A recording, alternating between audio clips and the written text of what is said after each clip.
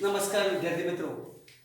काल आपण resolution of partnership firm या प्रकारामधील पहिला प्रॅक्टिकल प्रॉब्लेम पाहत होतो आणि कालच्या व्हिडिओ लेक्चरमध्ये आपल्या निदर्शनाला असेल की जनरली रिझोल्युशन ऑफ पार्टनरशिप फर्मचा प्रॉब्लेम दोन टप्प्यामध्ये आपणाला दिलेला असतो.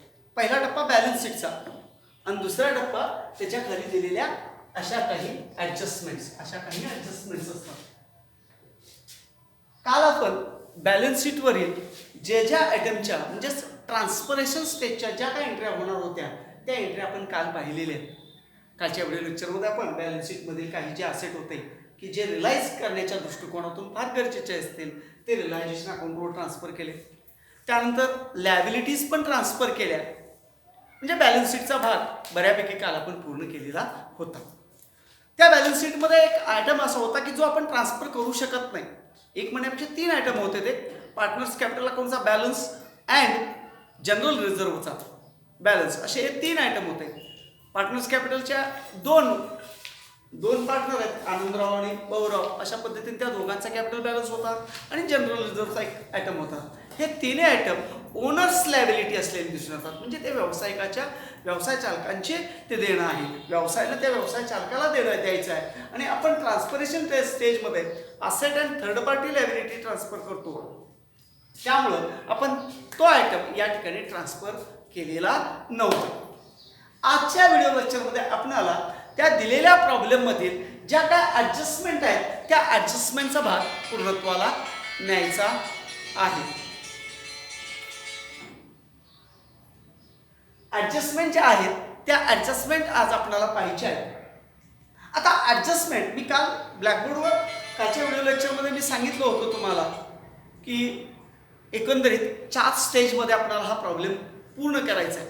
पहिली स्टेज होती ट्रान्सफरेशन, दुसरी स्टेज होती रिलायझेशन, तिसरी स्टेज होती डिस्ट्रीब्युशन आणि last one is final payment. असे हे 4 टप्पे आणि या 4 टप्प्यामध्ये विविध प्रकारच्या एंट्र्या. म्हणजे ट्रान्सफरेशन स्टेजमध्ये आपण बॅलन्स शीटमध्ये दिलेल्या असेट अँड थर्ड पार्टी लायबिलिटीचं ट्रान्सफर केलं रिलायझेशन अकाउंटवर. दुसरा टप्पा आज त्या प्रॉब्लेम मधला पाहायचा आहे तो म्हणजेच realisation stage.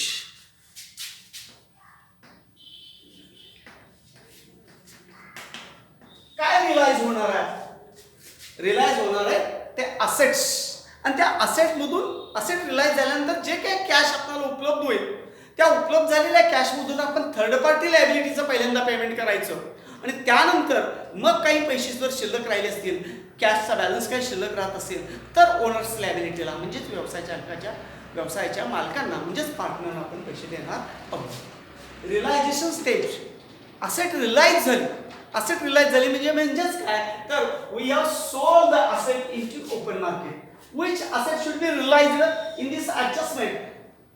It's clear indicated which asset should be realized. कोणते asset realize झाले आहेत पहा. Debtors should be realized for 15,500. Debtorsचे 15,500 मिळाले. Stock only 15,000. स्टॉकचे 15,000 मिळाले. बिल्स रिसिवेबलचे 8,800 मिळाले आणि बिल्डिंगचे 40,000 मिळाले.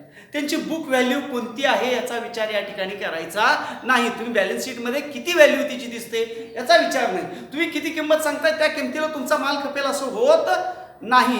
त्याच्यापेक्षा कमी किमतीलाच माल मागितला जातो. तुम्ही सुद्धा खरेदी करायला जाल त्यावेळी तसं असतं. दुकानदार एखाद्या वस्तूची किंमत विशिष्टतेनं सांगितली त्याच्यापेक्षा आपण कमी किमतीमध्ये बार्गेनिंग करून आपण मालाची खरेदी करत असतो. तसाच प्रकार या पार्टनरांच्या बाबतीत झालेला आहे. त्यांनी जी काय विकायला काढलेला आहे त्या विक्रीची किंमत त्यांनी जी काय बॅलन्स शीटमध्ये सांगितली होती ती किंमत त्यांना न मिळता काही ठिकाणी कमी जास्त झालं असण्याची शक्यता आहे. डेटरचे 15,500 मिळाले, स्टॉकचे 15,000 मिळाले, बिल्स रिसिवेबलचे 8,800 मिळाले आणि बिल्डिंगचे 40,000 मिळाले. हे मिळाले कुणाला? पार्टनरशिप फर्मला. काय मिळाले? पैसे म्हणजेच कॅश मिळाले.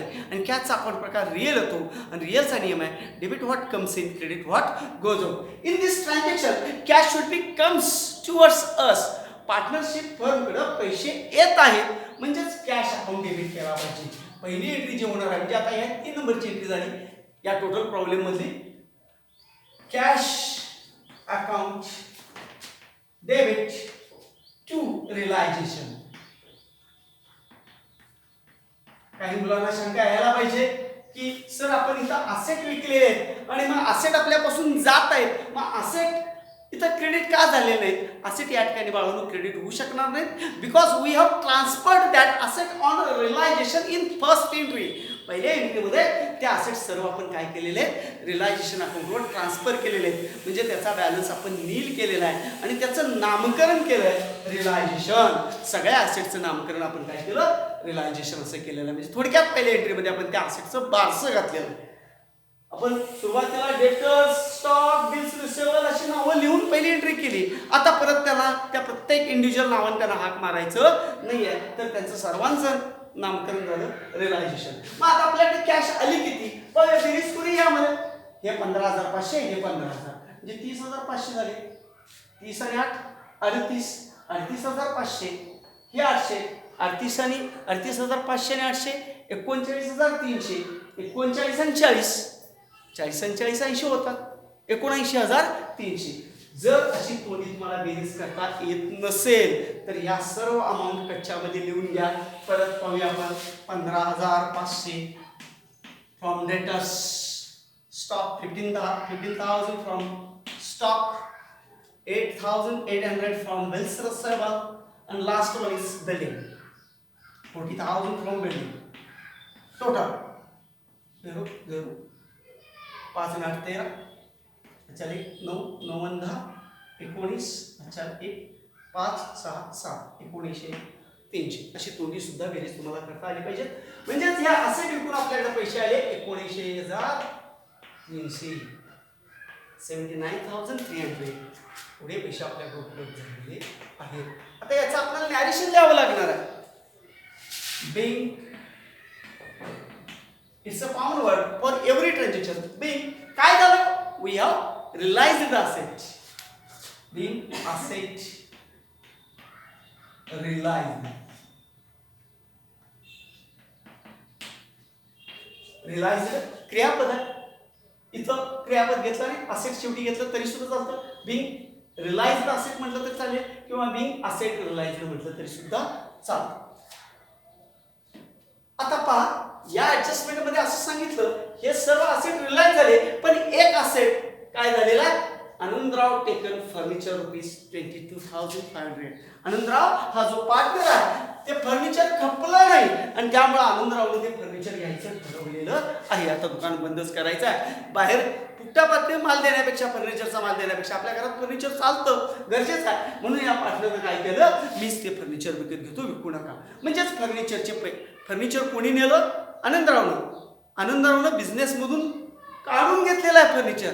Cash or things taken by the proprietor for his personal use. This is the definition of drawings.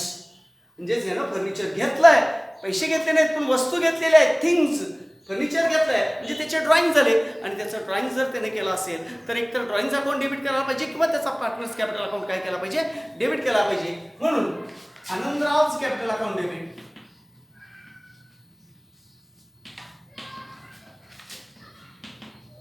आनंदरावच capital account debit to.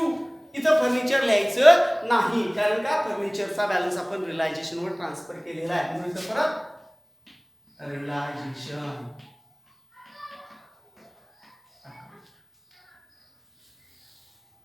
Amount 22,500, 22,500. Narration. Being furniture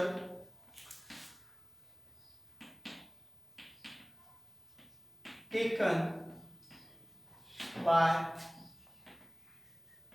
Anandrao. आनंदरावनं फर्निचर घेतलेलं आहे म्हणून ही एंट्री झालेली आहे. आता एवढ्याच ऍडजस्टमेंट या ठिकाणी दिलेले. तिसरी ऍडजस्टमेंट आहे रिलायझेशन एक्सपेन्सेस पेड. जे असेट आपण विकायला लागलोय ते विकत असताना काहीतरी प्रयत्न करावा लागणार, जाहिरात करावं लागणार आहे, विकण्यासाठी काही एजंट नेमावे लागणार आहेत आणि त्या एजंटसाठी झालेला खर्च म्हणजेच डिझोल्युशनचा झालेला खर्च, असेट रिलाइज झालेला खर्च 3,500 सांगितलेला आहे, तो आपला खर्च आहे. मग आता पुन्हा खर्च भागवायचा आहे म्हणजे पैसे आपल्याकडे येतील का जातील? Must be cash is goes out. पैसे आपल्यापासून गेले आणि कॅशचा आपण प्रकार इथं बघितला, आपण रिअल आहे. इथं कमसीन होतं, आता इथं गोज आउट आहे म्हणजे कॅश क्रेडिट व्हायला पाहिजे. आणि कशासाठी क्रेडिट व्हायला पैसे चालले? रिलायझेशन एक्सपेन्सेस म्हणून एंट्री होणार. एक्सपेन्सेसचा अकाउंट प्रकार नॉमिनल, नॉमिनलचा नियम डेबिट ऑल एक्सपेन्सेस लॉसेस, म्हणून रिलायझेशन एक्सपेन्सेस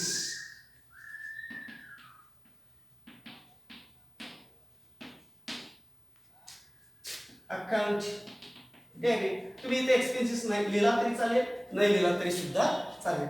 टू कॅश समजावून म्हणून एक्सपेन्सेस लिहिले. इथं प्रत्येक एंट्रीमध्ये मी कॅश घेतोय, कारण का दिलेल्या बॅलन्स शीटमध्ये कॅशचा बॅलन्स दिला म्हणून कॅश घेतला. जर बँक दिला असता तर बँक घ्यायचं. बिंग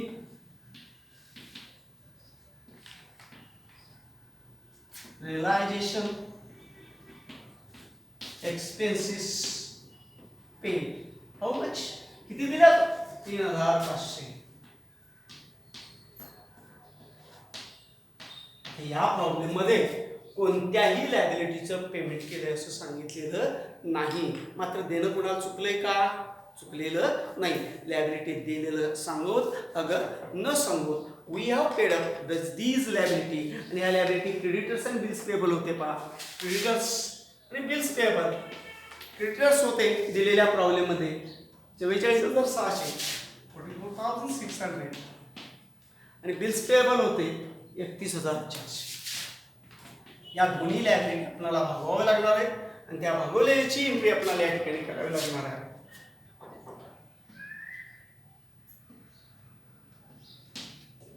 सहावी एंट्री टोटल प्रॉब्लेम मधली आणि रिलायझेशन मधली येणारी ही चौथी entry.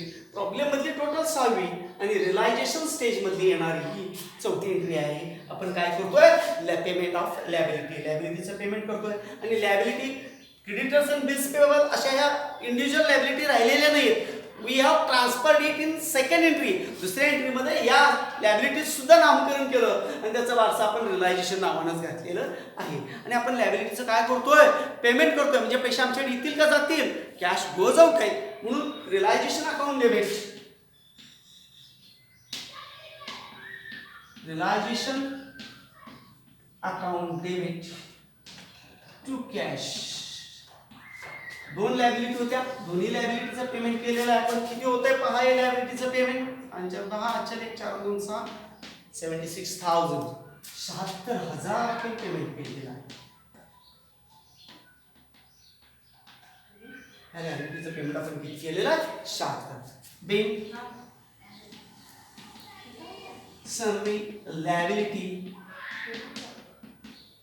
Paid. Sundry liability paid करण्याची आपण ही एंट्री केलेली आहे. अशा पद्धतीनं आपणाला रिलायझेशन स्टेजमध्ये असेट रिलाइज झालेलीची, असेट टेकन बाय पार्टनरची, डिझोल्युशन किंवा रिलायझेशन एक्सपेन्सेस पेड केलेली आणि लायबिलिटी पेड केल्याची एंट्री करावी लागेल. अशा या 4 एंट्र्या, कदाचित 5वी एंट्री सुद्धा होऊ शकते. या ठिकाणी एखादी लायबिलिटी पार्टनरने घेतलेली अशी सांगितली असती तर या 4 रिव्हर्स एंट्री आपल्याला करावी लागली असती.